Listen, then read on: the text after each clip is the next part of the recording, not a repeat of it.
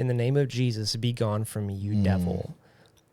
And it turns and bolts. 1, 2, 3, 4.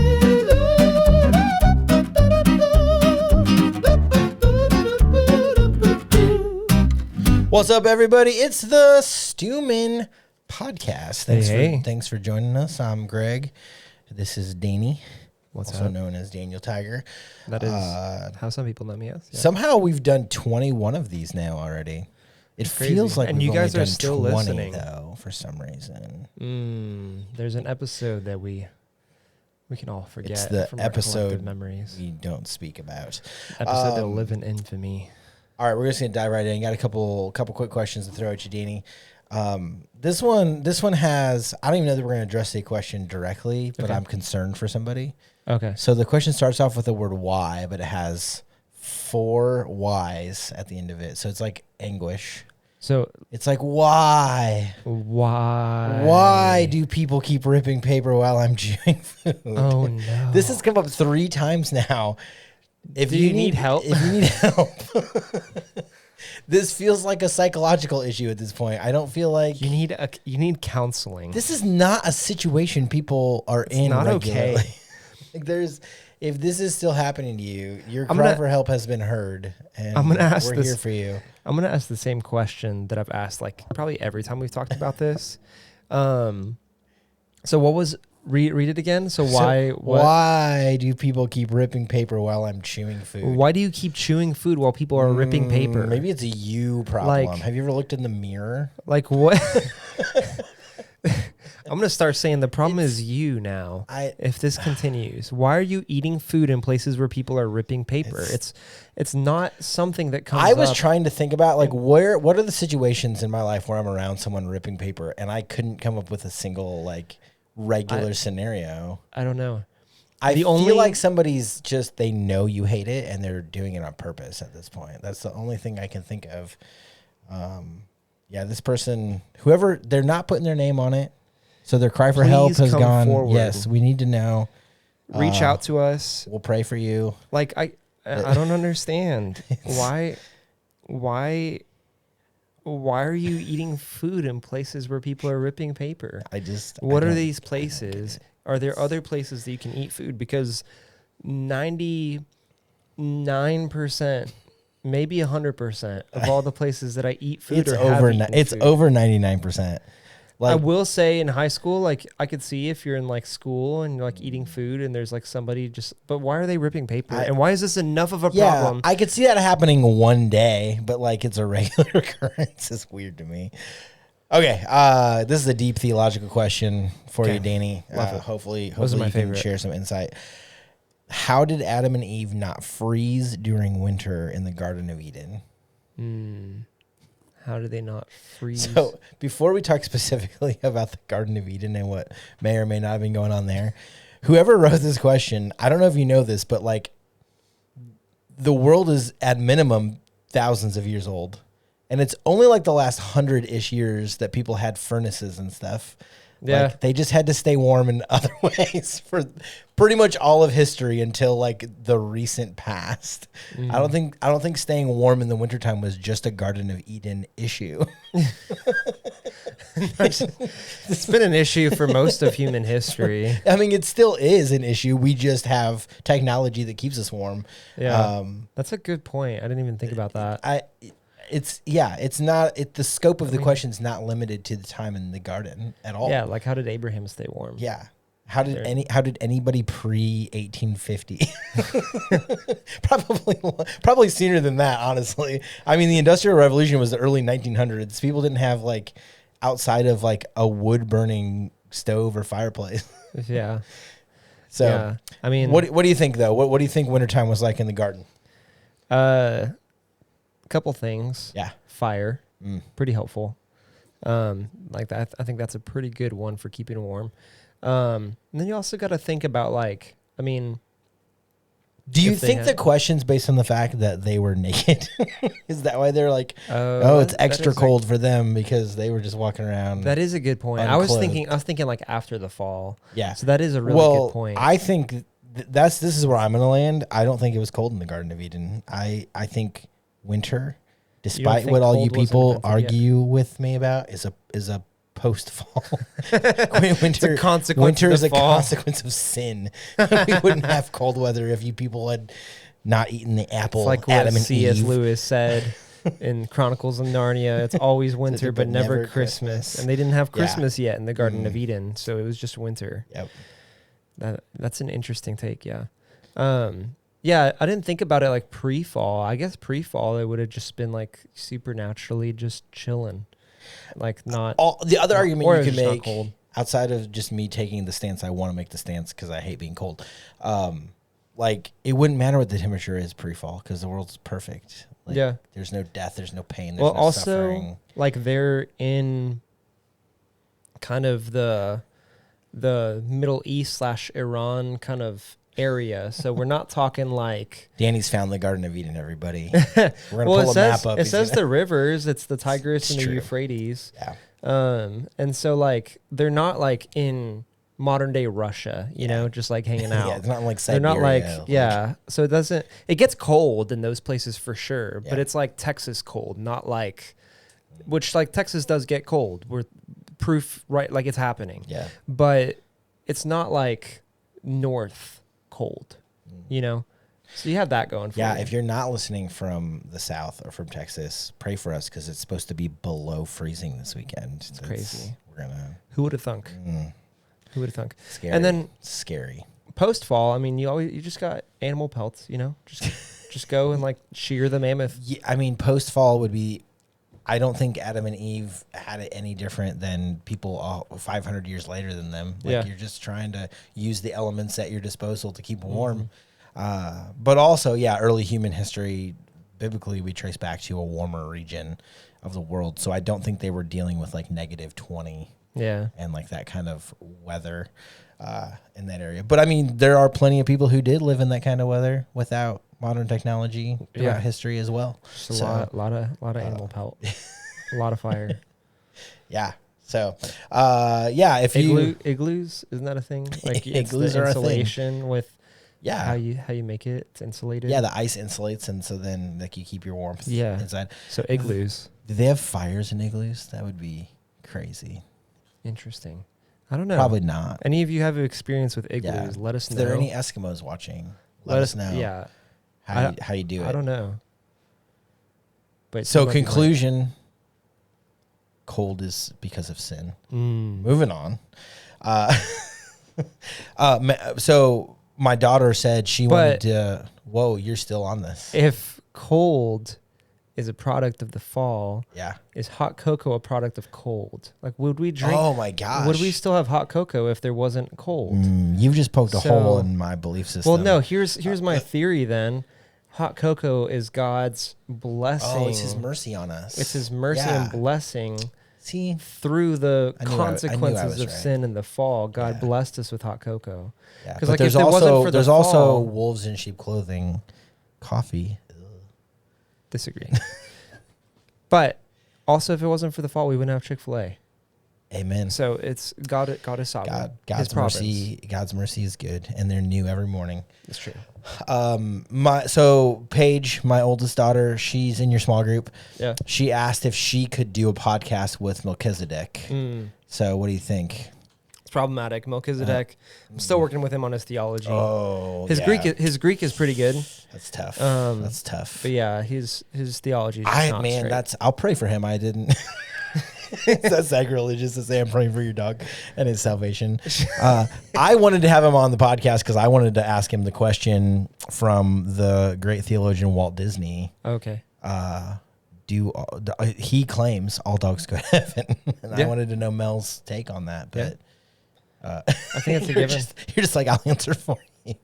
Yeah, he's not a cat. Of course, he's going to heaven. It's we know biblically that cats don't go to heaven. I mean, they definitely don't. I think all you need is a brain to know. Okay, like I feel like I have to evil go to heaven. I feel like I have to share this story because I have proof from my own life that cats are demonic. Okay, I'm in. So I agree.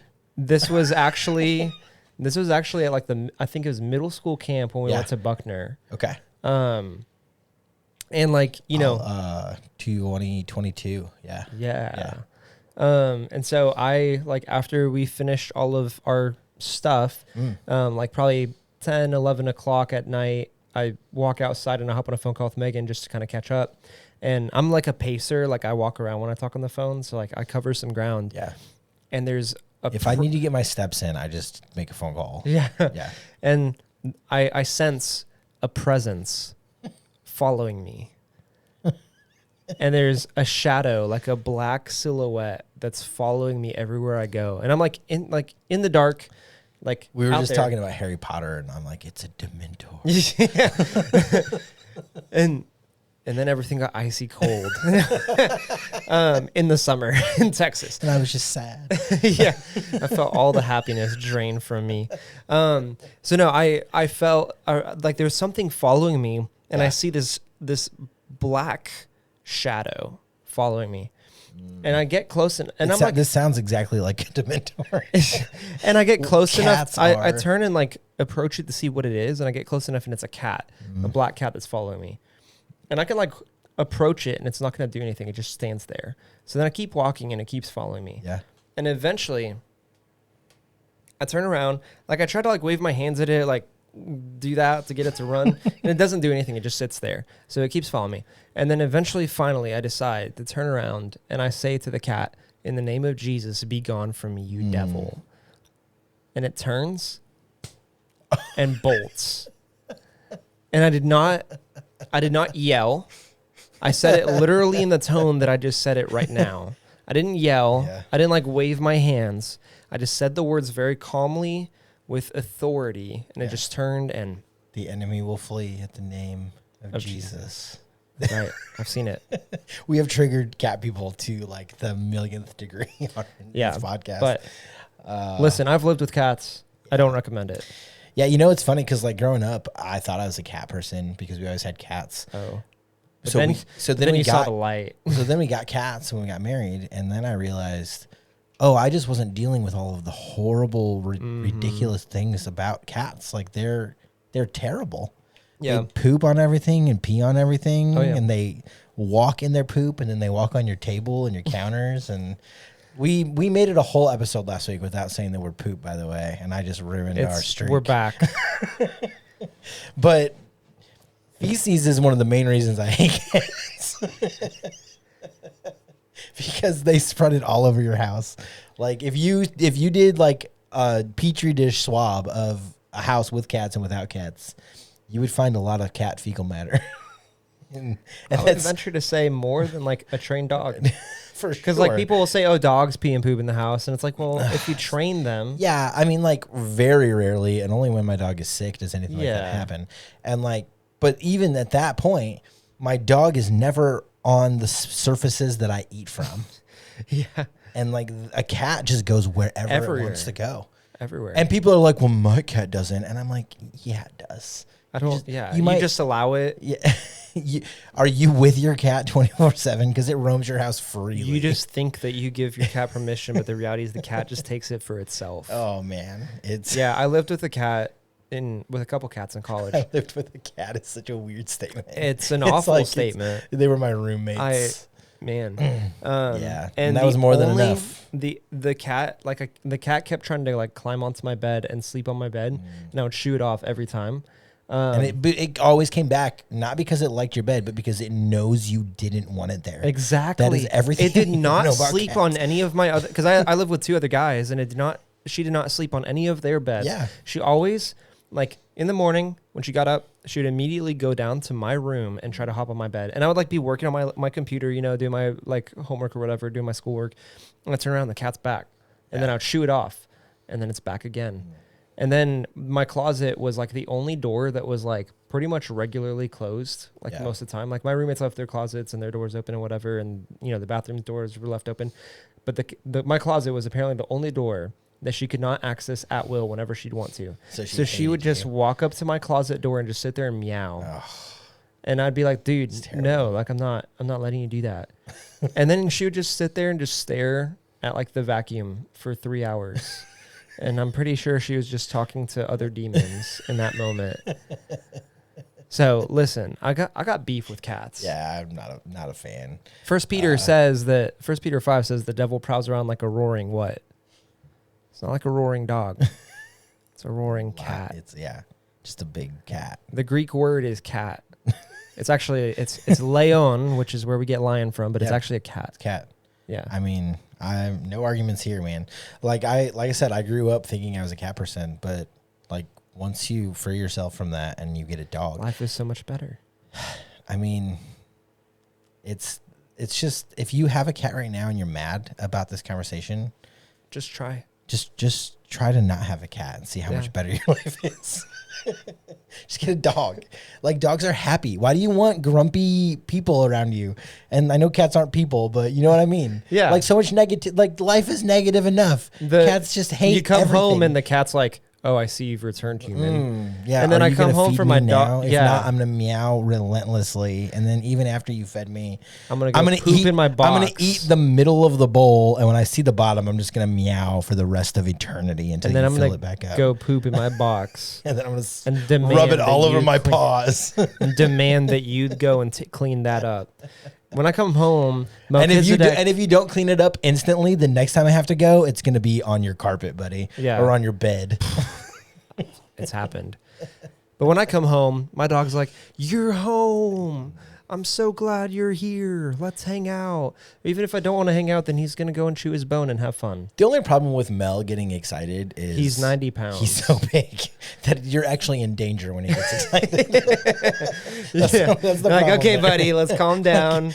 Let's bring it down. I don't need to lose a limb here. Inside Calm- voices, or I just let him out and just let him run in the backyard and he has fun. Yeah. That's it. Yeah. You know, Well, that's enough ranting about cats. Probably it's really We've- theologically important. We've probably lost people, but hey, if you know us at all and you're surprised about this conversation, you don't know us at all because we talk about this pretty regularly. All right, let's move on to our actual question for the day. And I think It's also only Tuesday, and this is the second time I've had this conversation about cats. Yeah, I this think week. it's good to So anyway, it's good to remind yourself every Yeah. day that cats are terrible. All right. How do you share the gospel with someone who has told you to your face that they are not interested in church or religion and they are standoffish about it? So that was a long question. How do you share the gospel with someone who's made it very clear they're not interested to the point where they're even standoffish about it? What do you think? yeah. I mean, I would say first from the front end, like sharing the gospel is obviously going to be really difficult because they're not even interested in hearing about it to begin with. And so I think a really important place where we start with is number one, prayer first and foremost, because I think it's clear in scripture that what any non-believer needs fundamentally is not like the best arguments, not the best way to phrase something that'll get them to finally understand. But what they need is a transformation that happens in the heart level. Yeah. Because they have a hardened heart. Any non-believer has a hardened heart towards God. There's a lot of scriptures we can quote from Ezekiel. Paul says in 1 Corinthians 2 about the natural person not being able to grasp the things of the Spirit. Yeah. And so what we need is God working in the midst of that also. So praying first and foremost, even with someone who is receptive, we should be praying really hard and really often for friends or for those that we're around who are non-believers. Yeah. So that prayer was one of the first places my mind went because I think there's a two-sided coin conversation to have about prayer when we're talking about sharing the gospel, especially with those who are really opposed to having those conversations. I think as believers, we first and foremost take for granted the power of prayer when it comes to gospel. Like we'll be like, well, yeah, I'll pray for them, but like they don't want to talk about it. So, I mean, what's going to happen? It's kind of our attitude, and that shouldn't be our attitude. Our attitude should be like, yeah, I'm gonna pray a ton for this person. I've shared the story before about the old guy at my church growing up who prayed for his friend for like 40 or 50 years. Yeah. And, so do not underestimate the power of prayer. And then I think the other side of the coin is, as believers, when it comes to evangelism, we also hide behind prayer sometimes. Yeah. And that's our only approach. And prayer should be the front line battle But if there's people that you, whether they're standoffish or not, that you're praying for their salvation, you've also got to be bold enough to have conversations. And so if you've stepped out on that ledge and that person has made it clear, I'm not interested at all. I think there's a lot of approaches you can take to that. But first and foremost, I think you have to respect the person. And if they've made it clear, the last thing you want to do is like aggressively push, like, no, you have to hear this from me. Because if that person is, as the question states, stand-offish or has really been aggressively against it, I think they need to see that you love them enough to kind of respect them and meet them where they're at. But you're not taking the approach of like, well, they don't want to hear it, so I'm going to give up. Yeah. So what are some approaches that you have taken or could take in sharing the gospel with people who seem like they don't really want to hear the gospel? Yeah, I think the first place is not giving up on relationship and not just saying like, because it's easy for me to just purely prioritize people who are receptive to the gospel. But I think if I do that, people become projects and not people. Yeah. Because it's easy to see as a believer, like, oh, this unbeliever friend of mine is this project that I'm going to work on and try to like chip away. But then we're not seeing them as people who ought to be like loved. We ought to care for them. We ought to serve them. We ought to do all those things. Yeah. And so then we see like, oh, if they're not interested, I'm just gonna move on to the next person. So I think just like, what are ways that I can be a great friend to this person? What are the ways that I could be really present for them, really intentional, to see like how they're doing in life and what are the things that are going on in their life. And even praying for those things and being vocal of, hey, just want to let you know, like, I know you've been struggling with X, Y, Z, and I just want to let you know I'm praying for you. Yeah. And even if they're like, whatever, at least what they see is that we care. Typically, I mean, eye-rolly type stuff might happen, but people aren't like angry that you're like, hey, I care enough that when I'm praying, I pray for you. Yeah. Like, even if they're like, yeah, whatever, it doesn't do anything, most people aren't going to be upset about that. And it does, that kind of language does speak to what you believe. Yeah. And that's really important. And so I think the more that you do that you show in ways that you genuinely do care and do love them, it builds some of that like relational capital. It builds some of that relationship that you can then continue to use to speak in some gospel truth into different conversations. I had a friend who, he was actually one of my roommates, not one of the cat owning ones. But so during that time, got it. Actually, he did own a cat. How many cats did I live with? But I had a so I believe you totally missed that. I missed that. But yeah, he was not really interested for a while in conversations, and then as time kind of passed, I would bring it up every once in a while, and it might be in little things like an invite to, hey, I'm going to hang out with like some church friends. Would you want to join us? Or like, we're going to grab dinner. We have a dinner and Bible study thing. Would you want to come to that? Towards also like, hey, I'm praying for you with these things. And over time, some more opportunities for conversations came up, and I started to see that soften, and he became more and more receptive. And that combining with prayer led to more opportunities for much deeper circling back to, hey, this is what this is all about. I'm not trying to force my beliefs upon you, but like, I want you to understand that like, from what I see, apart from Jesus, apart from him, like we're going straight towards destruction. Yeah. And I care about you so much that I want you to know, like, I don't want that to be your path and your story. And I want you to see all the beauty and the love and the joy and all the things that come from Jesus.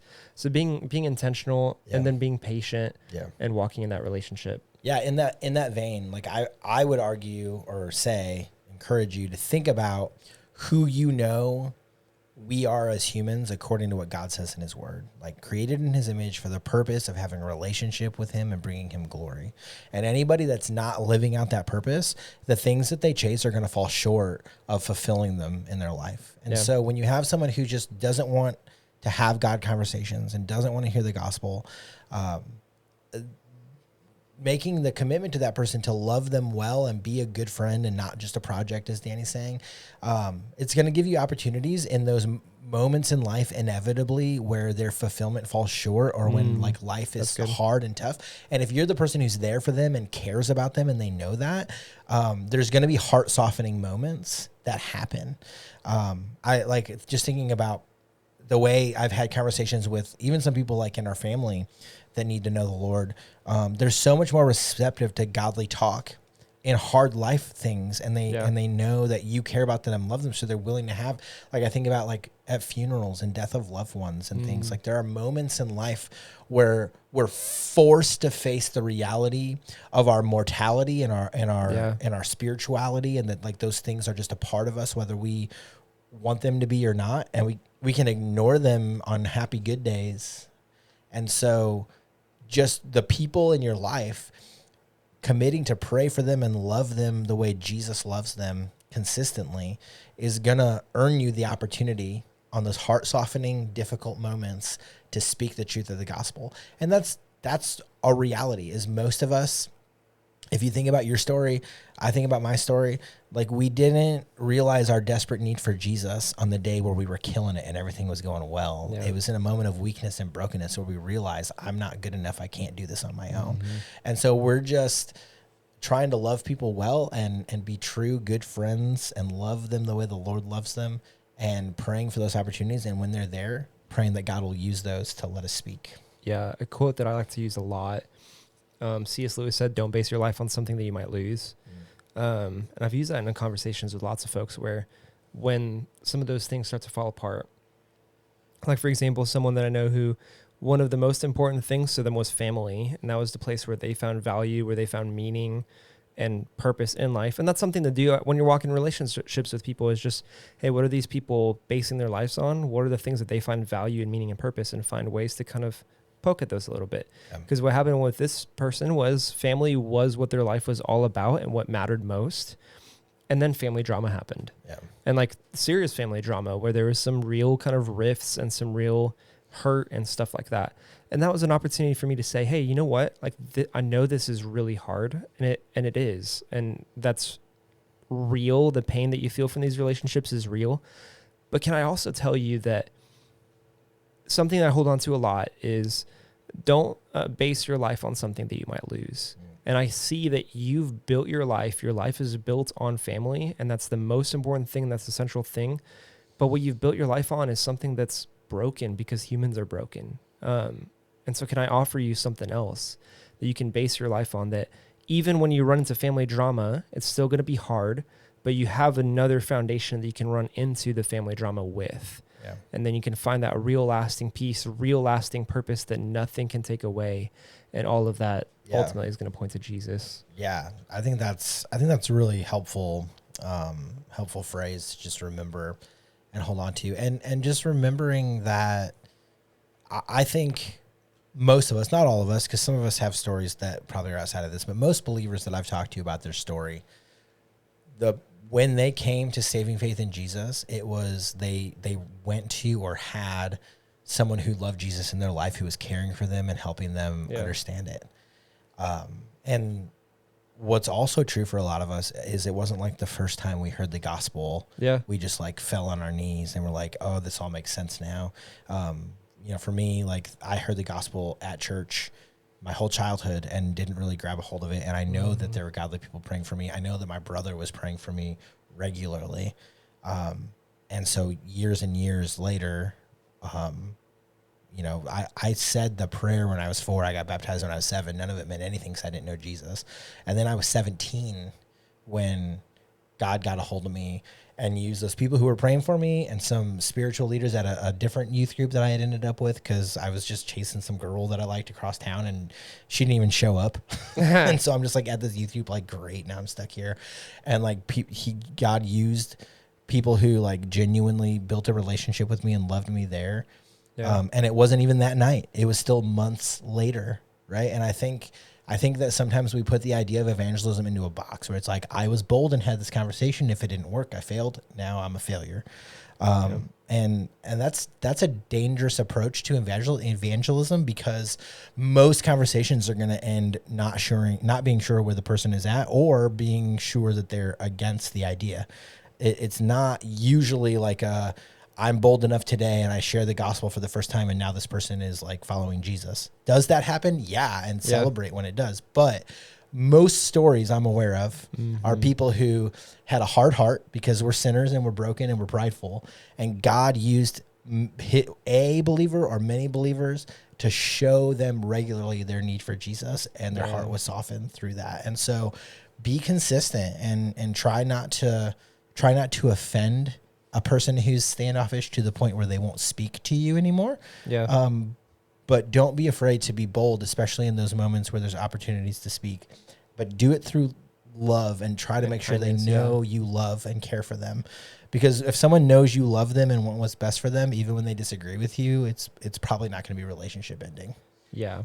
Yeah. Building up, I think, even practicing just like how to speak and share with kindness in your voice and when you're in your body language and stuff like that, I think is huge, because it makes it completely different if I like sit here and like cross my arms, have a frown on my face, and speak in like a judgmental tone. That's not gonna help.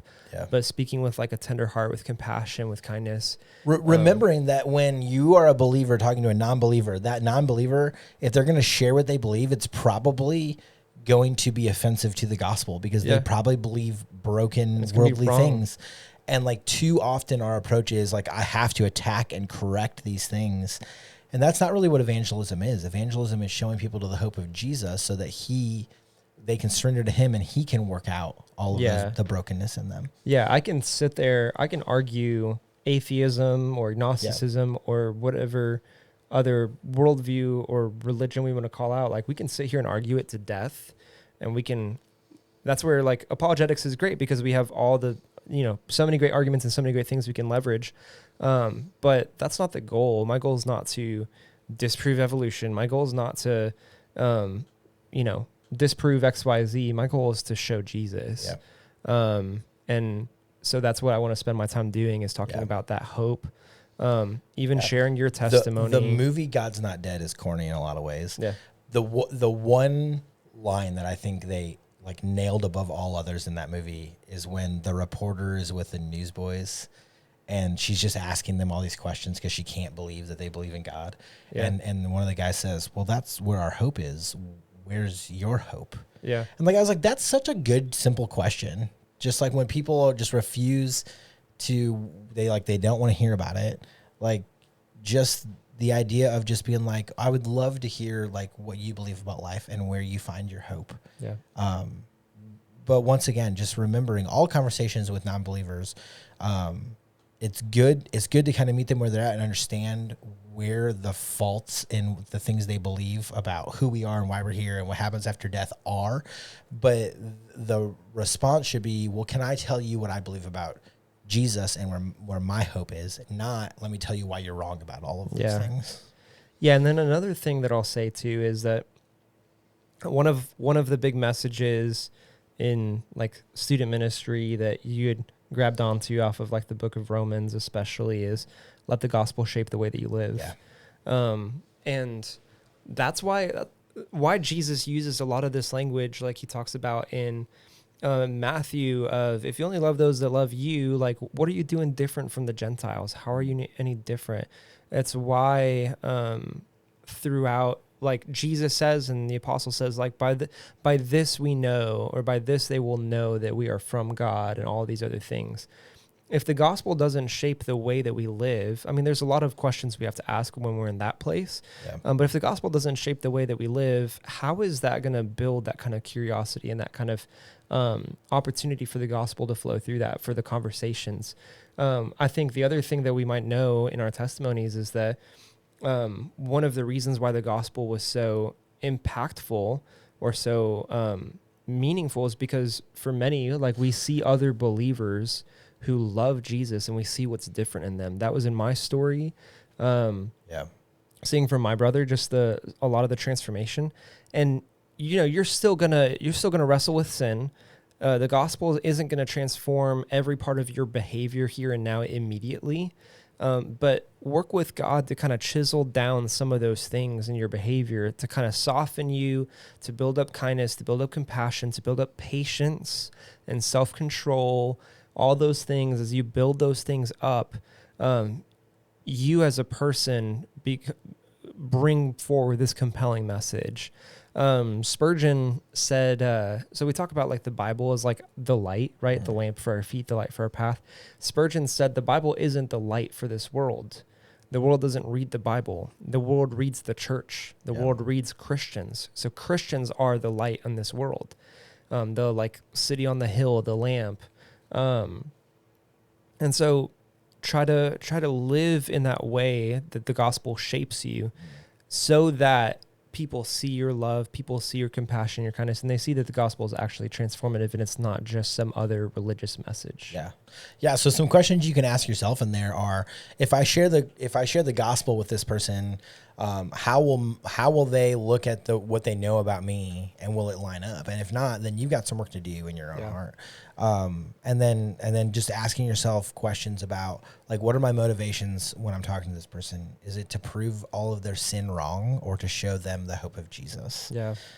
And I think if you approach with that heart and that attitude, if you approach with, as Paul tells us over and over again in New Testament, with gentleness and love, that we share the truth of the gospel, I think you're going to find that, because one of the biggest fears you always hear from people with evangelism is, I'm just afraid I'm going to lose a relationship. Yeah. And I think that we overplay that fear. I think that if we love people really well and we're there for them and we're building true relationships, it's hard to lose a friendship like that just because you, in gentleness and love, share what you believe.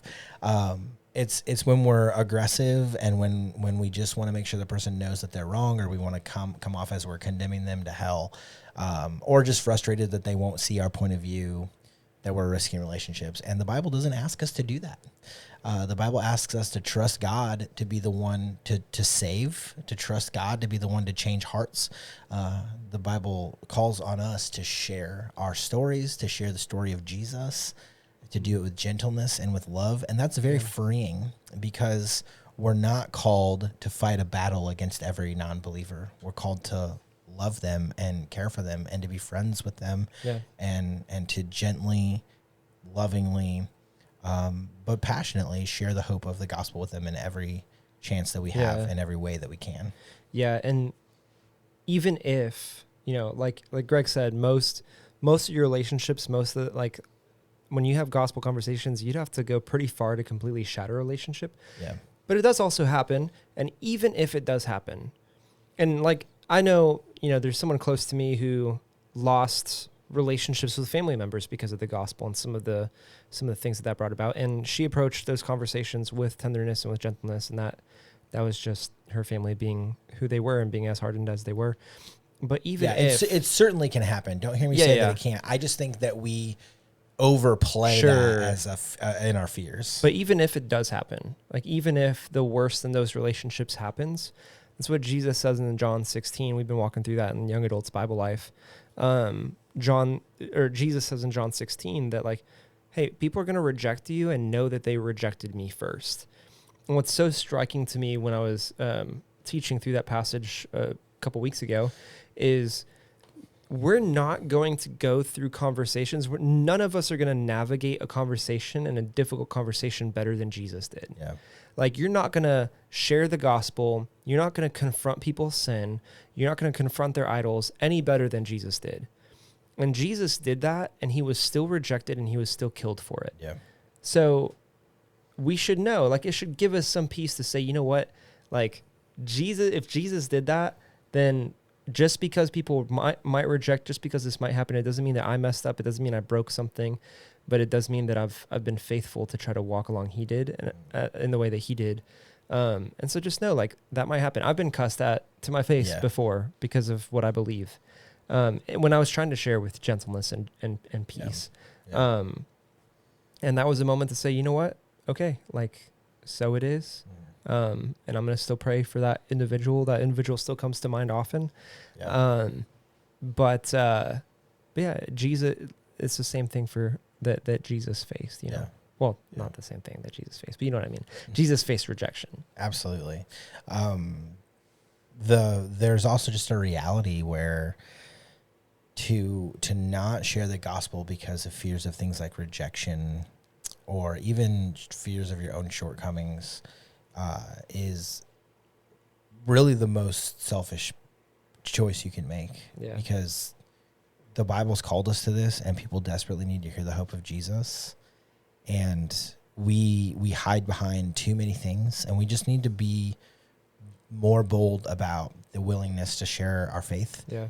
And getting back to the original question, when people come off as standoffish or just unaccepting, just know that the mission's not over just because that person pushed you away or because rejection hurts. Going back to like our Savior was rejected by the world, put to death, but also many people have started off by rejecting and throwing aside the person sharing the gospel with them, but then later come to faith. Even that conversation that's so hard and where rejection exists can plant a seed that God can water in other ways or later through you. So be bold in sharing your faith. Here we call it Tell It to Two. We want every member of the church to have a couple people that they're thinking about regularly, praying for them and looking for opportunities to share the gospel with them. If you're not doing that, start doing it. Like I promise your perspective on the mission that we're called to by Jesus will change when you start to pray for the lost. And if you're not praying for the lost and you're going like, I wish I cared more, it's because you're not praying for the lost. Commit to praying and seeking for those opportunities. And also know, whoever wrote this question or whoever might identify with this question, when you're struggling, when you don't know what to do, you're not alone. Come find us, come find one of the pastors here, find a spiritual leader like a small group leader or a parent. We've probably been there, and we would love to help you walk through that. Yeah. And if nothing else, it just helps you realize I'm not alone in this struggle. And that's important because it can feel lonely when people are rejecting you for your faith. But we have the church to strengthen us, encourage us for a community. Lean into that. You got anything else to add to any of that? Romans 1:16, for I'm not ashamed of the gospel of God, for it is the power of God unto salvation for all who believe. Yeah. If you're not going to share the gospel, who is? The work is great. The workers are few. Yeah. And so take that mission seriously and know that we're here to lean on if you need us in that. Well, that's it for this week. We will catch y'all next time. Looking forward to it, and stay close to Jesus. See ya.